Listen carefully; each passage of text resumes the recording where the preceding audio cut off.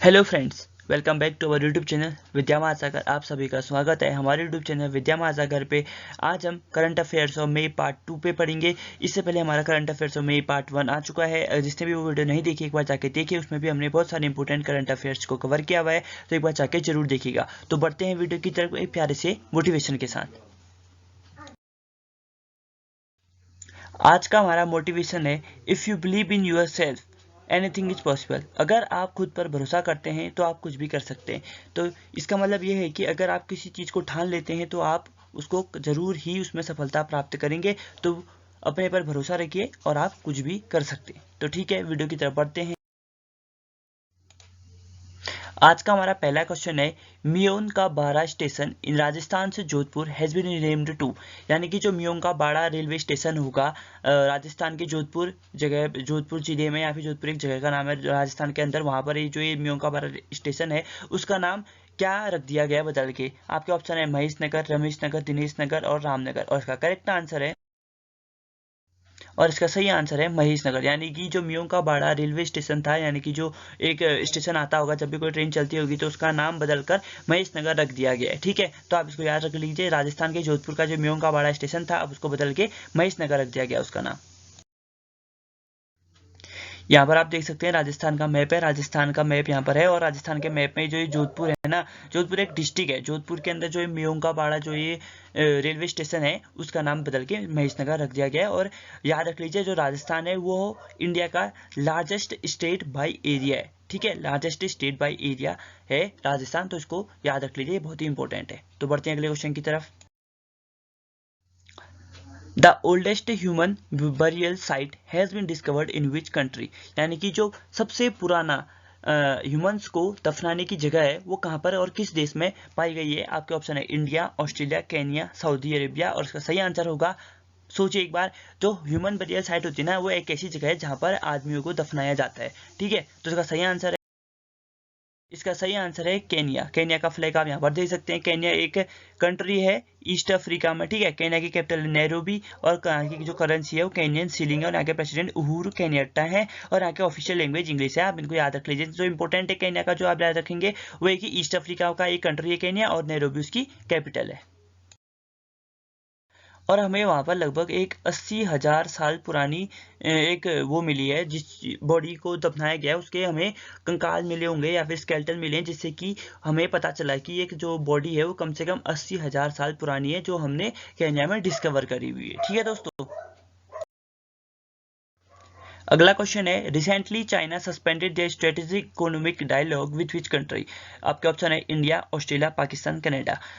अभी हाल ही में चाइना ने किस देश के साथ अपनी जो वार्तालाप होती हैं, जो डिस्कस करते हैं, दो देश के प्रधानमंत्री, प्रेसिडेंट या फिर प्राइम मिनिस्टर, कोई भी मिनिस्टर्स आपस में मिलते हैं और बहुत सारी चीज़ों के बारे में डिस्कस करते हैं, तो चाइना के किस देश के साथ होने वाली थी ये मीटिंग, और चाइना ने उसे सस्पेंड कर दिया है। और उसका सही आंसर है, और इसका सही आंसर है ऑस्ट्रेलिया।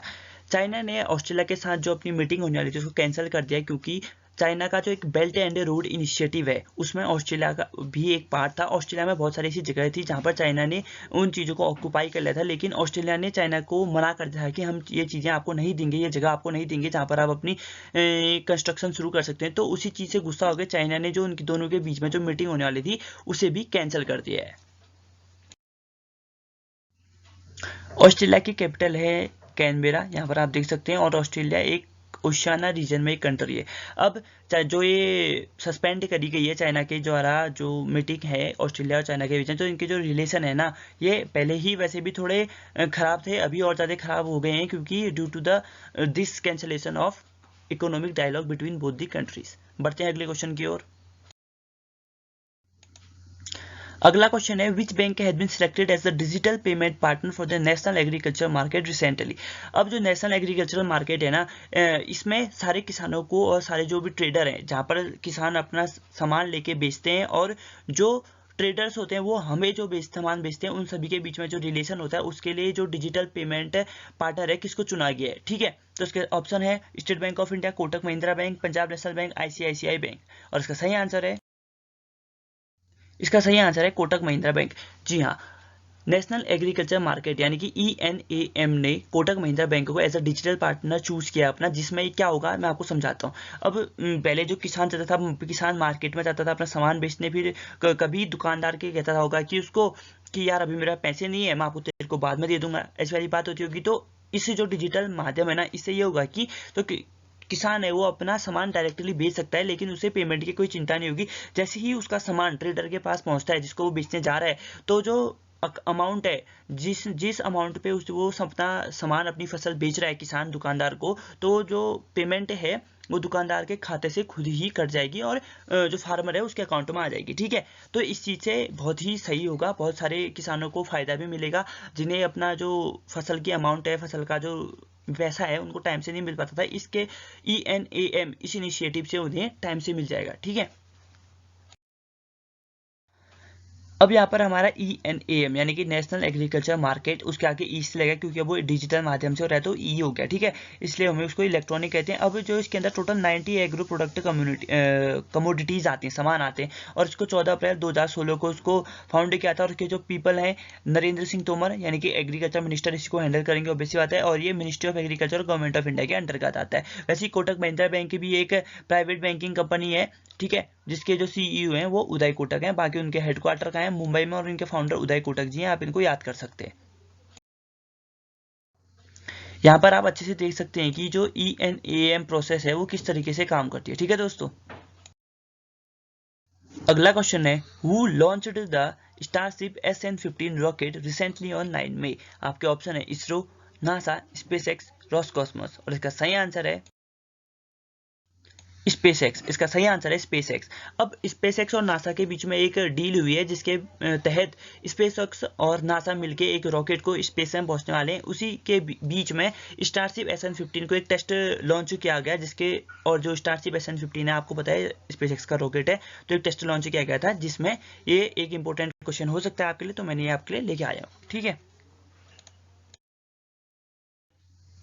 यहाँ पर आप स्पेसएक्स के ओनर एलॉन मस्क को देख सकते हैं, और यहाँ पर स्पेसएक्स के जो बारे में इंपॉर्टेंट डिटेल्स है वो ये है कि फाउंडर एलॉन मस्क हैं। कब फाउंड हुआ था? 2002 में फाउंड हुआ था, और उसकी CEO एलॉन मस्क ही है। हेडक्वार्टर्स कहाँ है? कैलिफोर्निया में है, यूनाइटेड स्टेट्स में। ठीक है, और बाकी जो भी चीज़ें हैं आप यहाँ पर से देख सकते हैं। और बढ़ते हैं आगे की तरफ। MK Kaushik has passed away recently, he belongs to which sports. MK Kaushik ji हाल ही में उनका निधन हो गया कोविड-19 से लड़ते हुए। तो वो किस स्पोर्ट्स से बिलोंग करते थे? आपके ऑप्शन है क्रिकेट, फुटबॉल, हॉकी, स्विमिंग, और इसका सही आंसर है हॉकी। MK कौशिक जी जो हैं वो फॉर्मर हॉकी प्लेयर हैं और इंडिया के कोच भी रह चुके हैं इंडियन हॉकी टीम के। ठीक है, वो अभी उनका हाल ही में निधन कोविड-19 की वजह से हो चुका है। और MK कौशिक जी, आप तो सोच रहे होंगे बहुत सारे हॉकी प्लेयर्स हैं, इनमें MK कौशिक जी में ऐसी क्या खास बात है? MK कौशिक जी है ना, वो 1980 Moscow Olympics gold medal, India ने 1980 मॉस्को ओलंपिक्स में गोल्ड मेडल जीता था हॉकी में, तो MK कौशिक उस टीम के मेंबर रह चुके हैं। और हाल ही में MK कौशिक के साथ साथ एक और फॉर्मर इंडियन प्लेयर की भी मृत्यु हुई है जिनका नाम है रविंदर पाल सिंह। दोनों मेंबर सभी कोविड-19 की वजह से कोविड-19 को बैटल कर रहे थे, उसे लड़ रहे थे, लेकिन उनकी मृत्यु हो चुकी है कोविड-19 की वजह से। ठीक है, बढ़ते हैं आगे की तरफ। हमारा अगला क्वेश्चन है, Kami Rita Sherpa has climbed Mount Everest for how many times recently to set a world record. Kami Rita Sherpa एक माउंटेन क्लाइंबर है। इन्होंने माउंट एवरेस्ट को कितने बार चढ़ा है कि उन्होंने एक वर्ल्ड रिकॉर्ड सेट कर दिया है? उसका आपके ऑप्शन है 24, 25, 26, 27। ये कामिरेता शेरपा है, और इनके बारे में जो फर्दर डिटेल्स वो यहाँ पर से आप पढ़ सकते हैं। इसका सही आंसर है 25, यानी कि कामिरेता शेरपा ने 25 बार माउंट एवरेस्ट को क्लाइंब कर चुके हैं, और उन्होंने अपना ही पिछले बार का रिकॉर्ड यानी कि 24 बार जब वो चढ़े होंगे तो पिछला रिकॉर्ड उन्होंने तोड़ दिया है, और वो अब 25 बार चढ़ चुके हैं। और माउंट एवरेस्ट कहाँ है? नेपाल में है। नेपाल एक कंट्री साउथ एशिया में, भारत का पड़ोसी देश है, और इसकी कैपिटल है काठमांडू, और इसकी जो करेंसी है वो इंडियन रुपी है। ठीक है, और यहाँ के प्राइम मिनिस्टर हैं KP शर्मा ओली, और यहाँ के प्रेसिडेंट है विद्या देवी भंडारी।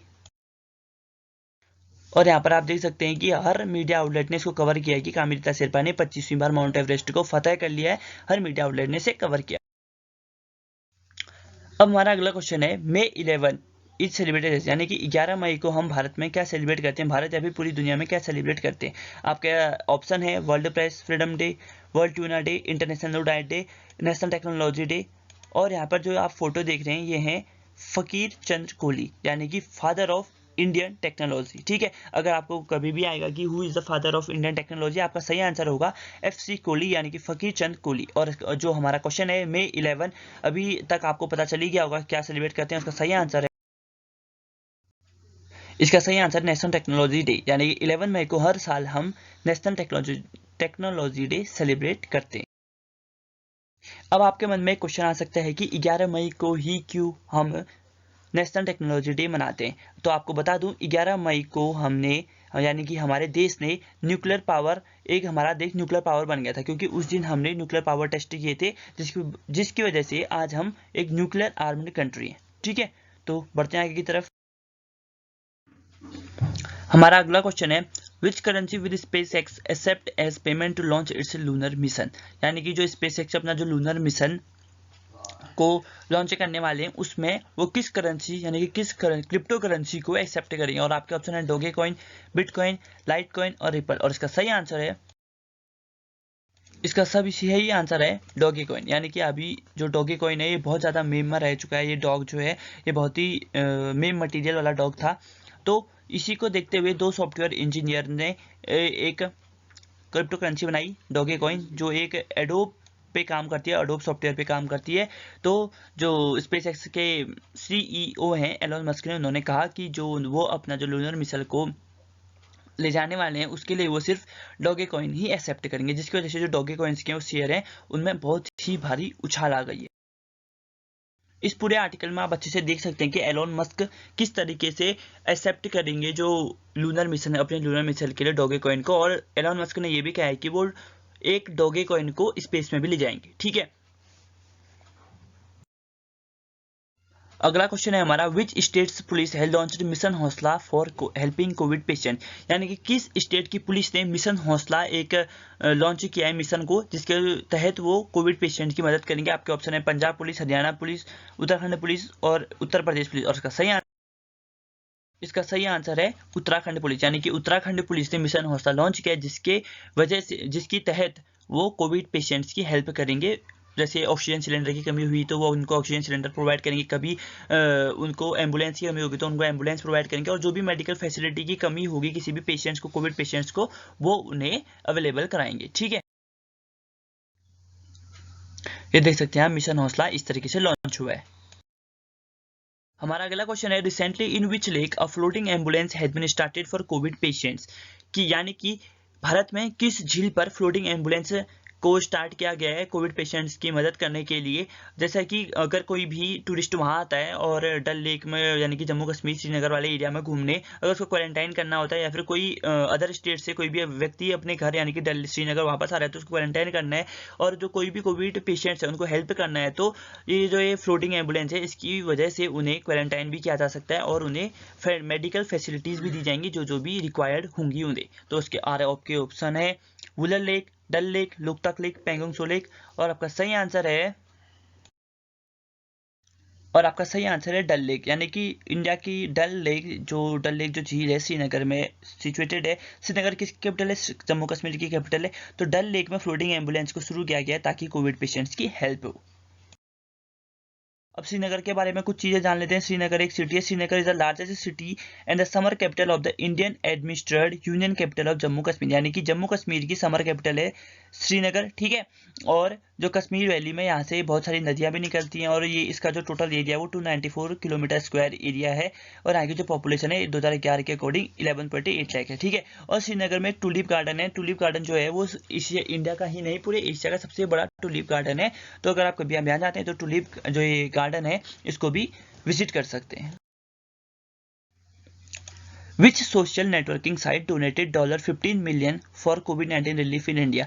आजकल सोशल नेटवर्किंग साइट का बहुत ज़्यादा ट्रेंड चल चुका है, तो किस नेटवर्किंग साइट यानी कि किस मीडिया आउटलेट ने इंडिया में $15 मिलियन की मदद करी है कोविड-19 रिलीफ के लिए, ताकि कोविड-19 में हम कुछ और अच्छा सा काम कर पाएँ पेशेंट्स के हेल्प के लिए। आपके ऑप्शन है इंस्टाग्राम, फेसबुक, ट्विटर, व्हाट्सएप। और इसका सही आंसर है ट्विटर, यानी कि ट्विटर ने $15 मिलियन को डोनेट किया है कोविड-19 रिलीफ के लिए इंडिया में, ताकि जो कोविड पेशेंट्स हैं उनकी हेल्प हो। और जो जैक डोर्सी हैं और ये bills stone, Nova glass and Ivan Williams हैं, ये सभी ट्विटर के फाउंडर्स हैं। और इसको 21 मार्च 2006 में फाउंडेशन हुआ था इसका, सैन फ्रांसिस्को कैलिफोर्निया यानी कि यूनाइटेड स्टेट्स में, ठीक है। और इसके जो सीईओ हैं हाल ही में वो जैक डॉर्सी हैं। तो इसके हेडक्वार्टर्स आपको पता ही है यहाँ पर हैं, ये कैलिफोर्निया में। बढ़ते हैं आगे की तरफ, यहाँ पर आप इसको अच्छे से देख सकते हैं। अगला क्वेश्चन है हमारा, 12 मई is celebrated every year as, यानी कि 12 मई हर साल किस रूप में मनाया जाता है। आपके ऑप्शन है world press freedom day, international nurses day, international no diet day, national technology day. और इसका सही आंसर है nurses day. International nurses day को हर साल 12 मई को मनाया जाता है।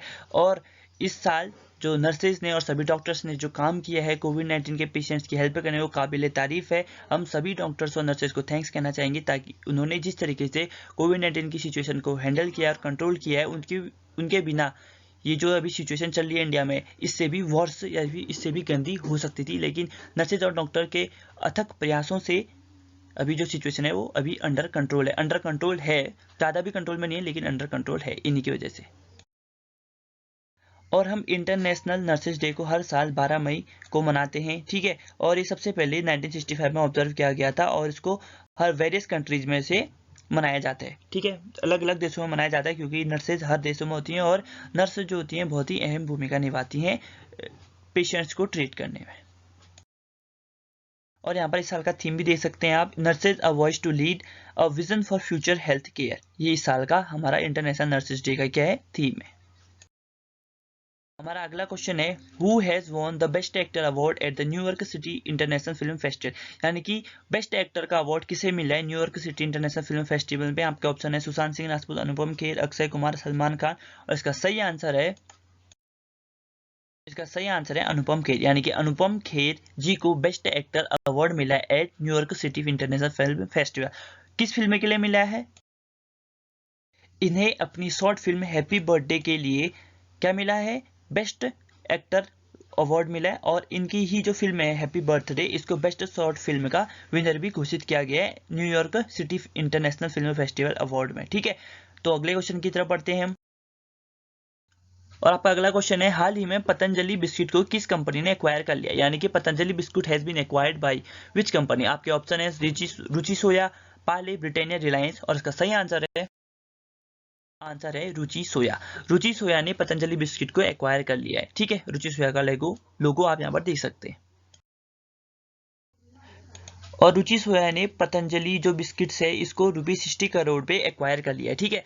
अब जो Ruchi Soya announces acquisition of Patanjali biscuit biz for ₹60 crore, यहाँ पर आप देख सकते हैं। और रुचि सोया जो इसके सीईओ जो है वो संजीव अस्थाना है, और उसको जो फाउंड किया था 1985 में किया था। और इसके हेडक्वार्टर जो है मध्य प्रदेश में, क्योंकि मध्य प्रदेश में सबसे ज़्यादा सोयाबीन होता है, और मध्य प्रदेश को इंडिया का सोया कैपिटल भी कहा जाता है, ठीक है। यहाँ पर देख सकते हैं रुचि सोया इंडस्ट्री पतंजलि को ले लिया है, ठीक है दोस्तों। हमारे पास अगला क्वेश्चन है, online investment platform grow has acquired, यानी कि जो ग्रो है ऑनलाइन इन्वेस्टमेंट प्लेटफॉर्म है, उसने किस म्यूचुअल फंड को एक्वायर कर लिया। आपके ऑप्शन है axis mutual funds, India bulls mutual funds, HDFC mutual funds, SBI mutual funds. इसका सही आंसर है इंडिया बुल्स म्यूचुअल फंड्स को, यानी कि जो ग्रो ऑनलाइन इन्वेस्टमेंट प्लेटफॉर्म है इसने इंडिया बुल्स म्यूचुअल फंड्स को एक्वायर कर लिया है अपने अंडर।